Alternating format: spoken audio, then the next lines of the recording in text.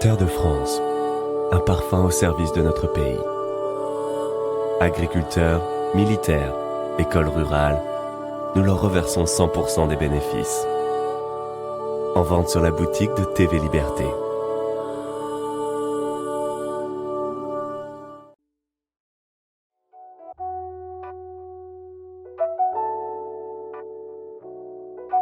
Si je vous dis, citez-moi un corsaire français, vous allez me dire Surcouf, logique, c'est le plus connu, ou encore à la limite René du Guestroin, tous deux malouins. Et pourtant, il n'y a pas qu'à Saint-Malo où la guerre de course a fabriqué des héros. Granville tient aussi une place importante dans cet imaginaire avec le méconnu, mais non moins redoutable, Pléville-le-Pellay. Au cours d'une carrière trépidante dans la marine et la course, il a servi deux rois, la République, le consulat et l'Empire. Il a très tôt perdu sa jambe au combat, à 18 ans, ce qui lui donnera son surnom de corsaire à la jambe de bois et entretiendra sa légende. Il a eu une conduite aussi courageuse qu'exemplaire, irréprochable, mais surtout, il a fait beaucoup de mal à la marine britannique. Et ça, c'est le principal, le tout bien sûr avec un panache surcouféen. Oui, je viens d'inventer ce mot. Retour sur le parcours haut en couleur d'un Grandvilliers qui mérite largement sa place au panthéon des corsaires de légende.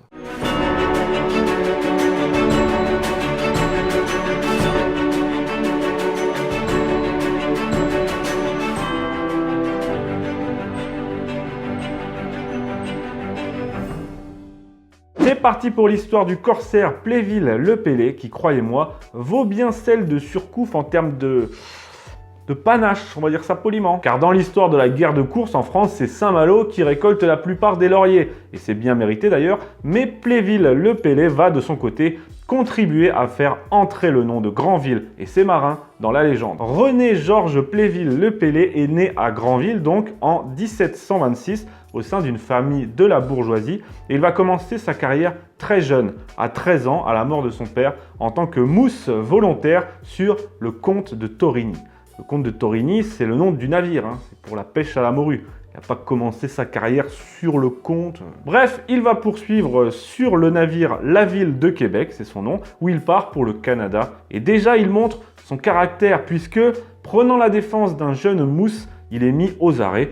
Il s'évade, passe 55 jours dans la forêt à manger des baies et des insectes en mode Bear Grylls, avant de rejoindre Québec et de s'embarquer à nouveau sous un faux nom du Vivier. C'est chaud là. Lassé par la pêche armée, oui, parce qu'à l'époque, en cette période de guerre perpétuelle, les navires de pêche étaient armés, il devient flibustier et fait de la contrebande dans le golfe du Mexique. En mai 1744, lorsque la guerre éclate contre l'Angleterre et la Hollande, il se précipite au Havre et s'engage sur le Capitaine Vincent. Et une fois encore, c'est le nom du bateau, Capitaine Vincent, allez pas vous imaginer des trucs. Alors le Capitaine Vincent, c'est un corsaire de 6 canons, et c'est sur ce navire qu'il reçoit son baptême du feu, ses premières blessures, et montre sa bravoure. Pour ça, il a abandonné ses études, je le précise, et quand sa famille lui propose d'autres voies moins dangereuses, il répond « la mer ou rien ». Ouais d'accord, la mer, mais je sais pas moi, tu peux faire pêcheur, tranquille quoi, il y a des trucs moins risqués. Non. Lui, ce qu'il veut, c'est poutrer de l'anglois et du hollandais en mer. Voilà sa vocation. Ça nous amène à son premier grand fait de gloire qui lui vaudra la perte de sa jambe. En juillet 1774, il est à bord de la Françoise du Lac en tant que lieutenant. Le navire de seulement 6 canons quitte Granville et là, 2 énormes vaisseaux anglais bien mieux armés lui barrent la route. 2 énormes vaisseaux anglais. J'ai un problème avec les liaisons.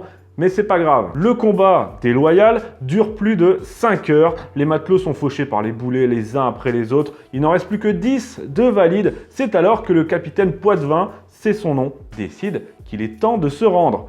Pléville-le-Pellay, du haut de ses 18 ans et déjà blessé au genou en plus, refuse catégoriquement et bondit sur la proue du bateau, épaule un fusil et se met à tirer comme un dératé sur les Anglais. C'est là qu'un boulet vient lui arracher la jambe droite. Voilà comment à 18 ans seulement il perd sa jambe au terme d'un combat acharné. Avec la vingtaine de survivants, il va être retenu en Angleterre à Falmouth où il va passer 1 an. À son retour en France, il marche désormais avec un pilon à la place de la jambe. Et alors qu'on lui propose une pension d'invalidité, il refuse et se réengage illico dans la marine de guerre. Là, je crois qu'on peut dire sacré gaillard, que ça vous plaise ou non. En avril 1746, il est à bord du vaisseau Mercure et s'embarque pour reprendre le Cap Breton, c'est situé au Canada. Et au retour de l'expédition, son escadre est attaquée par la marine anglaise. Dans le combat acharné, à un moment donné, Pléville s'effondre. Et lorsque le chirurgien le relève, le corsaire lui lance « Ce n'est que du travail pour le charpentier ». Tout simplement car le boulet vient seulement d'emporter sa jambe de bois. Après 2 mois de captivité en Angleterre, il rentre en France et reprend du service sur un corsaire de 40 canons.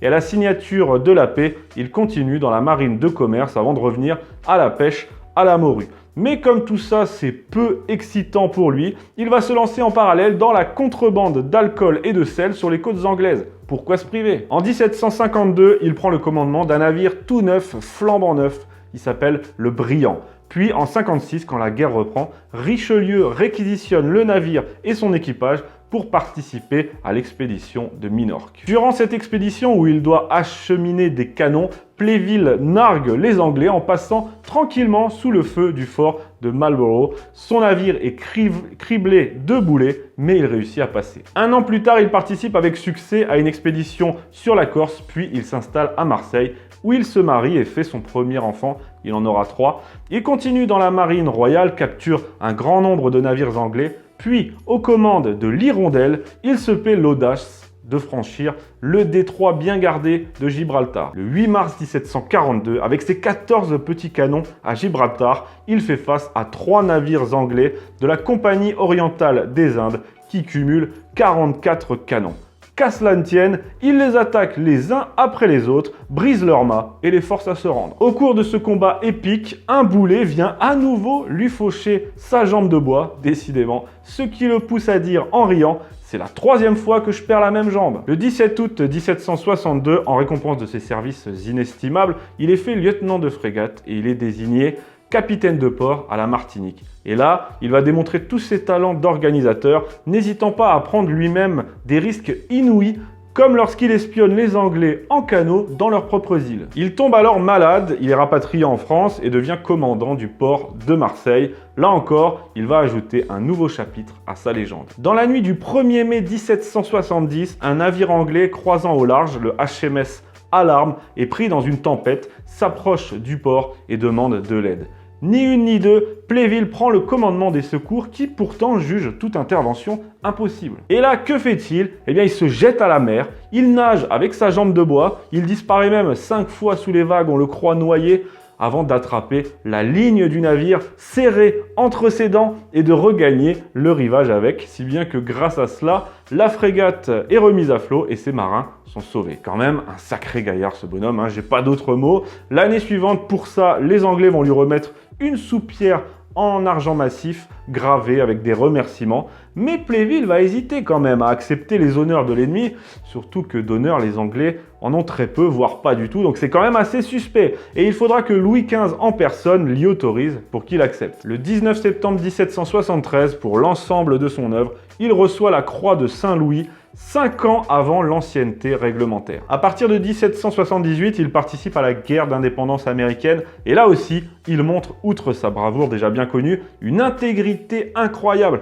Par exemple, il s'occupe si bien d'une vente que son général lui offre 2% de celle-ci, soit 300 000 francs. Et là, alors que je le précise, Pléville ne roule absolument pas sur l'or, il est même plutôt pauvre, et alors qu'il a une famille à charge à Marseille, il refuse catégoriquement ses 300 000 francs et se déclare satisfait du salaire que le roi lui offre. Cette expédition américaine va lui donner le goût de la liberté, entre guillemets, et c'est pourquoi il sera favorable à la Révolution, et surtout que lui-même, dans sa carrière, il a subi beaucoup d'injustices vu qu'il n'était pas noble. Il servira tout d'abord à Marseille, puis à une expédition à Tunis, où il va à nouveau s'illustrer pour son sens de la justice, et durant tous les troubles révolutionnaires, il a fait preuve d'une intégrité sans faille. Lorsque le directoire lui propose le poste de ministre de la Marine, il refuse et déclare qu'il ne veut désormais plus que prendre du repos et rentrer à Granville.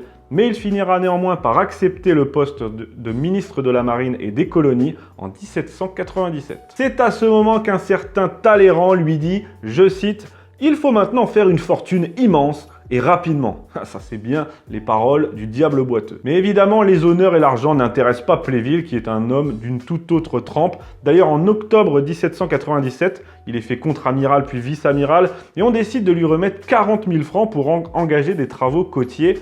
de Granville à Brest. Pléville n'en dépense que le 5e et il rend donc 32 000 francs au directoire qui insiste pour qu'il les garde pour lui. Il va finir par les accepter, mais pas pour s'acheter une Rolex comme Séguéla. Non, lui, il va s'en servir pour faire construire une ligne télégraphique reliant Paris à Brest. Voilà. Pour finir sur cette carrière incroyable, il se retire à Granville et n'en ressort que pour soutenir le coup d'État du 18 Brumaire de Bonaparte, qu'il intègre dans la liste des 60 premiers sénateurs du consulat, et il remplira ses fonctions avec zèle. En 1803, il est fait chevalier de la Légion d'honneur lors de la première remise de médailles, puis grand officier en 1805. C'est cette année-là qu'il meurt. Il meurt à Paris le 2 octobre 1805, laissant derrière lui des souvenirs impérissables où se mêlent le panache, le courage, l'honneur et l'intégrité. Il aura servi sous 2 rois, sous la Révolution, sous le Consulat, sous l'Empire, et le moins que l'on puisse dire, c'est qu'il a fait à jamais rentrer son nom et celui de Granville